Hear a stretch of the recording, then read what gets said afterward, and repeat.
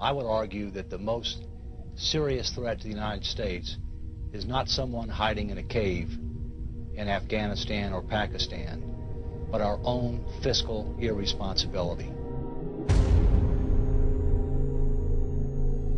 What hit the economy first was a housing slump. Fears spread to Wall Street. Consumers tightened their purse strings. The U.S. Federal Reserve cut its key interest rate by 0.5 point. The I word, inflation, is coming to the Major fore. developments on the lending crisis in the U.S. Oil and gold prices are spiking. Nuclear right here on our financial and market. it's complicated because of where we are in the election cycle. Huge disconnect between Wall Street and Main Street.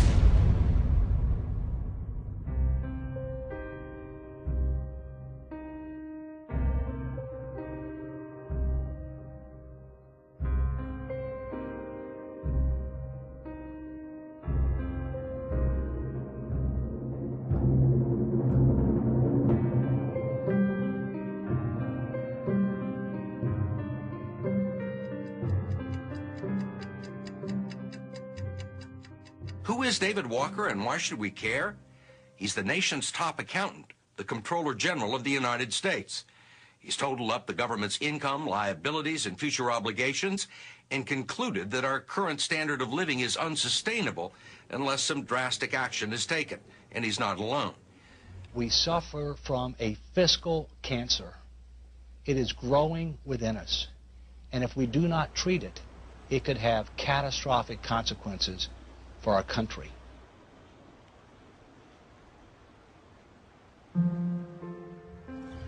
How big is the federal debt? I don't know. I'm guessing quite a bit. I know it's a heck of a lot more than it was probably 10 years ago. Well, take a stab at it. 69 billion. It's probably huge. What if I told you it was $8.7 trillion?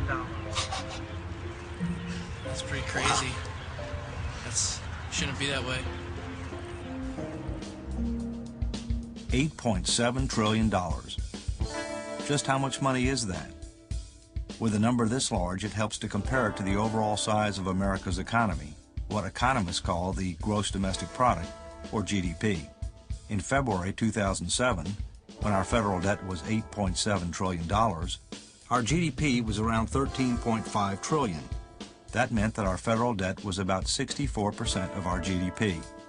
This level of debt to GDP is not the real problem. It's where we're headed that matters. If you were to add up all of the federal government's unfunded promises for Medicare and Social Security, you would see that as of September 30, 2007, America had dug itself into a $53 trillion hole, and it's getting deeper by at least $2 to $3 trillion every year by doing nothing. Unfortunately, with increasing budget deficits and recent government bailouts, we're now digging even faster. America faces 4 serious deficits today. The first is a budget deficit. The second is a savings deficit. The third is a balance of payments deficit, of which the trade deficit is a subset. And the fourth and most serious of all is a leadership deficit. How can this be happening to the richest country in the world? Well, we've lost our way, quite frankly. Let me tell you how we got to where we are. Today's federal debt is the sum of all of our annual budget deficits and surpluses going back to the beginning of our federal government. Our war for independence created much of our early debt, and by March 4th, 1789, the first day of our federal government, our national debt was $75 million, which was about 40% of our economy. This terrified our founding fathers, and they acted quickly to pay it down.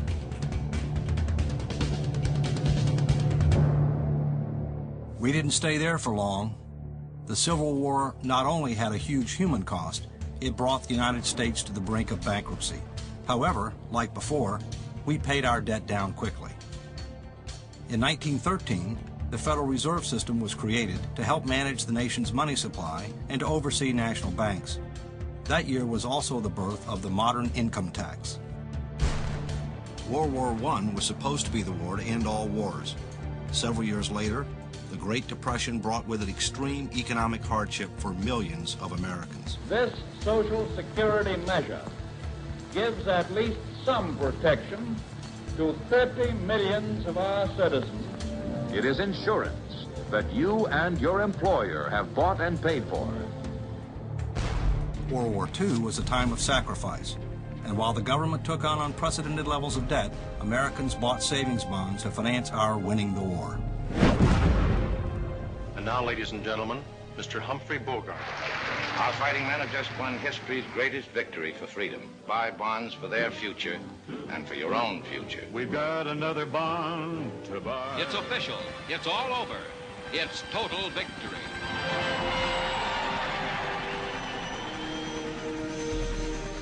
The large military and social spending practices of the 1960s and 70s were two key factors that led to a major economic downturn by the end of the 1970s. The 1980s saw the rise of supply-side economics. It's morning again in America. Reaganomics. You're the trickle-down theory guy. I'm betting my reputation on it. The controversial Laffer curve proposed that lower marginal tax rates would eventually generate higher tax revenues. The theory did have its critics. Let me just give you a difference that I have with Governor Reagan on taxes. It is what I call a voodoo economic policy. For decades, we have piled deficit upon deficit, mortgaging our future and our children's future for the temporary convenience of the present. Read my lips.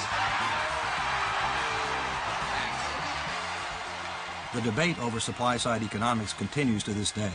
But what is not debatable is that the federal debt exploded in the 1980s. A fundamental shift had occurred. America was becoming addicted to debt. Never before in our history had so much debt been created during an era of relative peace and prosperity. Yes, the Cold War ended, but it came at an extremely high price, and people from across the political spectrum were becoming very alarmed.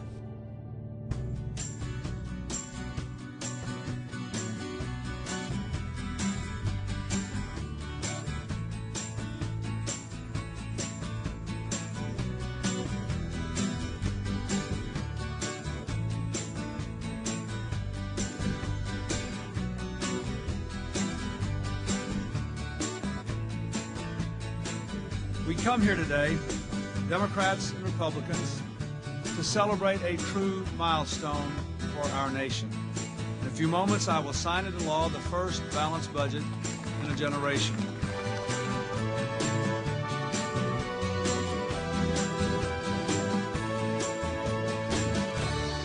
The politics of sound fiscal policy are very difficult because the natural inertia in the political system, if you will, is toward federal programs, most of which are very useful. And therefore the inertia is towards spending on the one hand and tax cuts on the other hand. But if you're going to have sound fiscal conditions, you have got to both constrain your spending and you also have to provide for adequate revenues.